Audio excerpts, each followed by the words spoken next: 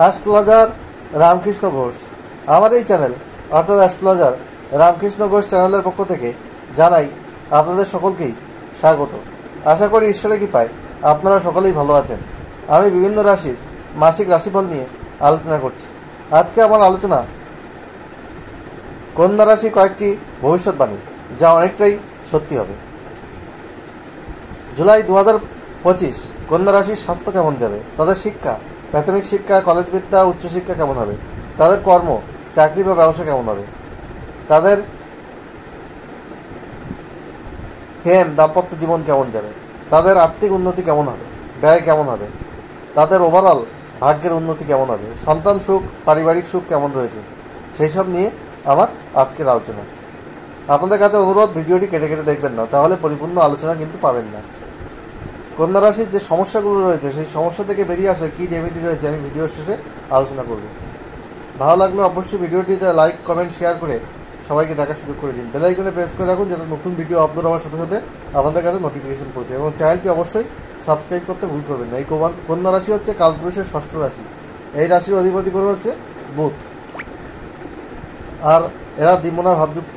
আজ যাকে ভালো লাগছে কাল তাকে খারাপ লাগতে পারে, আজ যাকে প্রশংসা করছে কাল তার নিন্দা করতে পারে, আজ যে জিনিস পছন্দ করছে কাল সে জিনিস অপছন্দ করতে পারে।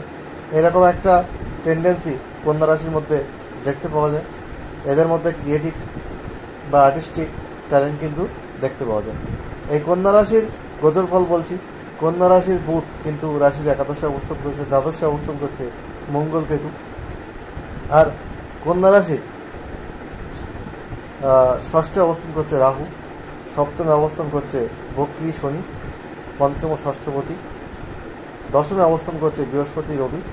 16ই জুলাই রবি এদের একাদশে গোচর করে বুধাদিত্য যোগ কিন্তু তৈরি করবে। যাই হোক, স্বাস্থ্যের বিষয়ে তেমন কোনো সমস্যা নেই।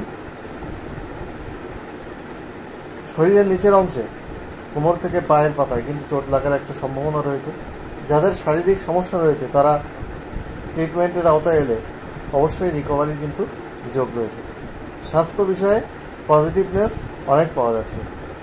যাই হোক, আপনারা নিয়মিত যোগব্যায়াম করুন, খাদ্যাভ্যাস করুন, এক্সারসাইজ করুন, হাঁটাচলা করুন, স্বাস্থ্য অনেকটাই ভালো রাখা সম্ভব হবে। স্বাস্থ্যের বিষয়ে সামান্য সচেতন থাকলেই হবে। আর আপনাদের বিদ্যার বিষয়ে বলবো, আপনাদের চৌথপতি বৃহস্পতি দশমে রবি সঙ্গে রয়েছে, আর রবি হচ্ছে আপনাদের দ্বাদশপতি। আবার আপনাদের পঞ্চমপতি শনি সপ্তমে বক্রী রয়েছে। আপনাদের মধ্যে একটু অস্থিরতা, চঞ্চলতা এই জায়গাটা থাকতে পারে, কিন্তু আপনারা যদি পরিশ্রম করেন আপনাদের প্রাথমিক শিক্ষার ক্ষেত্রে এবং কলেজ বিদ্যার ক্ষেত্রে কিন্তু সফলতার যোগ রয়েছে। কিন্তু উচ্চশিক্ষার ক্ষেত্রে বা যারা বিদেশে গিয়ে পড়াশোনা করছেন তাদের কিন্তু কিছু অবস্ট্যাকেল আসার যোগও রয়েছে। তাই উচ্চশিক্ষার ক্ষেত্রে আপনাদের একটু ফোকাস হতে হবে, নিজেকে ফোকাস করতে হবে আরও বেশি। আর এরপরে আমি বলবো আপনাদের প্রেম। আপনাদের পঞ্চমপতি সপ্তমে বক্রী আছে। প্রেমের ক্ষেত্রে কিন্তু আপনাদের একটু সতর্ক থাকতে হবে। প্রেম যে খুব ভালো এমনটা বলা যাচ্ছে না, কিন্তু মোটামুটি চলছে। প্রেমের ক্ষেত্রে আপনাদের দায়িত্বশীল হতে হবে, মাথা গরম করলে চলবে না। আপনারা একে অপরকে একটু বুঝে চলুন, তাহলে প্রেমের জায়গাটা ভালো হবে। বিবাহিত জীবনে কিন্তু কিছুটা সমস্যা রয়েছে, কারণ সপ্তমে শনি বক্রী হয়ে এবং তার উপর রাহুর দৃষ্টি রয়েছে। মনোমালিন্য হওয়ার একটা যোগ, পার্টনারের শারীরিক জায়গায় কিছু সমস্যা হওয়ার যোগ, কিছু বিবাহিত জীবনে অশুভত্ব কিন্তু দেখা যাচ্ছে। যারা বিয়ের কথা চিন্তা করছেন তাদের কিন্তু বিয়ের ক্ষেত্রে একটু অবস্ট্যাকেল বা বাধাবিঘ্ন আসতে পারে। আপনারা ট্যুর ট্রাভেল যদি করতে চান সেই জায়গায় আপনাদের কিছু বাধাবিঘ্ন সমস্যা কিন্তু তৈরি হতে পারে। দাম্পত্য জীবনে একে অপরকে বুঝতে হবে, কম্প্রোমাইজ করে চলতে হবে, অ্যাডজাস্টমেন্ট করার চেষ্টা করতে হবে যতটা করা যায়, তাহলে কিন্তু বৈবাহিক সম্পর্ক অনেকটা উন্নতির দিকে যাবে। কর্মের জায়গায় বলবো, কর্মে জায়গা যথেষ্ট ভালো রয়েছে। আপনাদের কমিউনিকেশন ভালো হবে। কর্মের ক্ষেত্রে আপনারা উচ্চপদস্থ মানুষের সহায়তা পাবেন। কর্মক্ষেত্রে আপনাদের উন্নতির জায়গা রয়েছে। আপনাদের কর্মপতি বুধ একাদশে, কর্ম থেকে আপনাদের আর্থিক উন্নতি হওয়ার যোগ রয়েছে। যারা নতুন চাকরি খুঁজছেন, ফ্রেশার্স, তাদের সফলতার যোগ রয়েছে। বিশেষ করে যারা শিক্ষকতা, ল, যারা টেকনিক্যাল ম্যানেজমেন্ট প্রফেশনে রয়েছেন, তাদের সফলতার জায়গা অনেকটা বৃদ্ধি পাচ্ছে। আর আপনাদের মাথাটা ঠান্ডা রাখতে হবে, মাথা গরম করলে হবে না। আদারওয়াইজ কিন্তু কর্মের জায়গা ভালো রয়েছে। ব্যবসার জায়গায় কিছু সমস্যা রয়েছে, পার্টনার নিয়ে কিছু সমস্যা, কাস্টমার ডিল করায় কিছু সমস্যা, ভুল ইনভেস্টমেন্ট করে ফেলা, এরকম বিভিন্ন ধরনের সমস্যা কিন্তু রয়েছে। ব্যবসার ক্ষেত্রে প্রতিদ্বন্দ্বিতা আপনাদের বাড়তে পারে। ব্যবসার জায়গাটা কিন্তু ঠিক জমছে না, ব্যবসার জায়গায় একটু সমস্যা কিন্তু দেখা যাচ্ছে। আর্থিক উন্নতি কিন্তু এই মাসে যথেষ্ট রয়েছে। দ্বিতীয় পতি আপনাদের নবমে সক্ষেত্রে রয়েছে। আর্থিক জায়গায় যথেষ্ট উন্নতির জায়গা আমি দেখতে পাচ্ছি। কিন্তু দ্বাদশে মঙ্গল থাকার জন্য আপনাদের কিছু ব্যয় হতে পারে। সেটা মেডিকেল এক্সপেন্স হতে পারে বা অন্য কোনো কারণে আপনাদের ব্যয় হতে পারে। তবে আপনারা যারা আইনি সমস্যায় রয়েছেন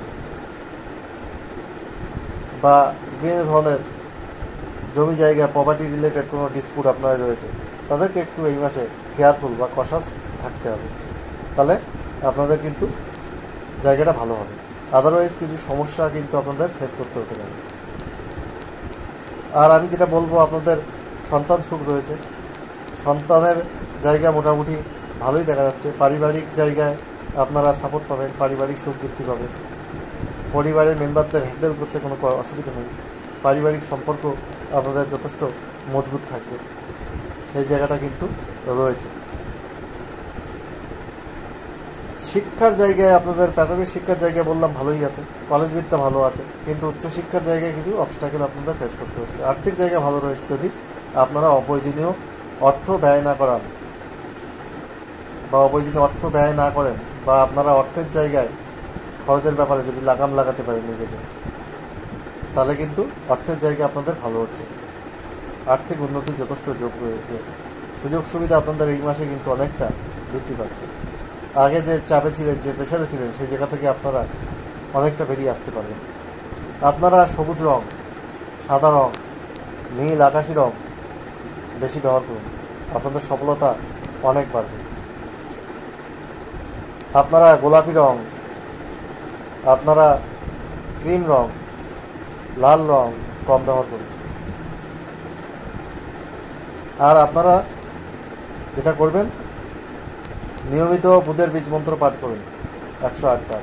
ওম ব্রাম ব্রিম ব্রোম স বুধায় নমঃ। শনির বীজ মন্ত্র পাঠ করুন প্রতিদিন 108 বার, সূর্যাস্তের পর পশ্চিম দিকে মুখ রেখে, খোলা আকাশের নিচে। ওম প্রাম প্রিম প্রোম স শনিশ্চরায় নমঃ। জুলাই 2025 কন্যা রাশির কিছু পজিটিভিটি রয়েছে, কিছু নেগেটিভ রয়েছে। পজিটিভ নেগেটিভ এই দুই জীবনে থাকবে, তবে আগের থেকে আপনাদের অনেক বেটারমেন্ট রয়েছে। জুলাই 2025 সব কন্যা রাশির মানুষের জীবন সুখ সমৃদ্ধি আনন্দে ভরে উঠুক, ঈশ্বরের কাছে এই প্রার্থনা করে আজ এখানে শেষ করছি।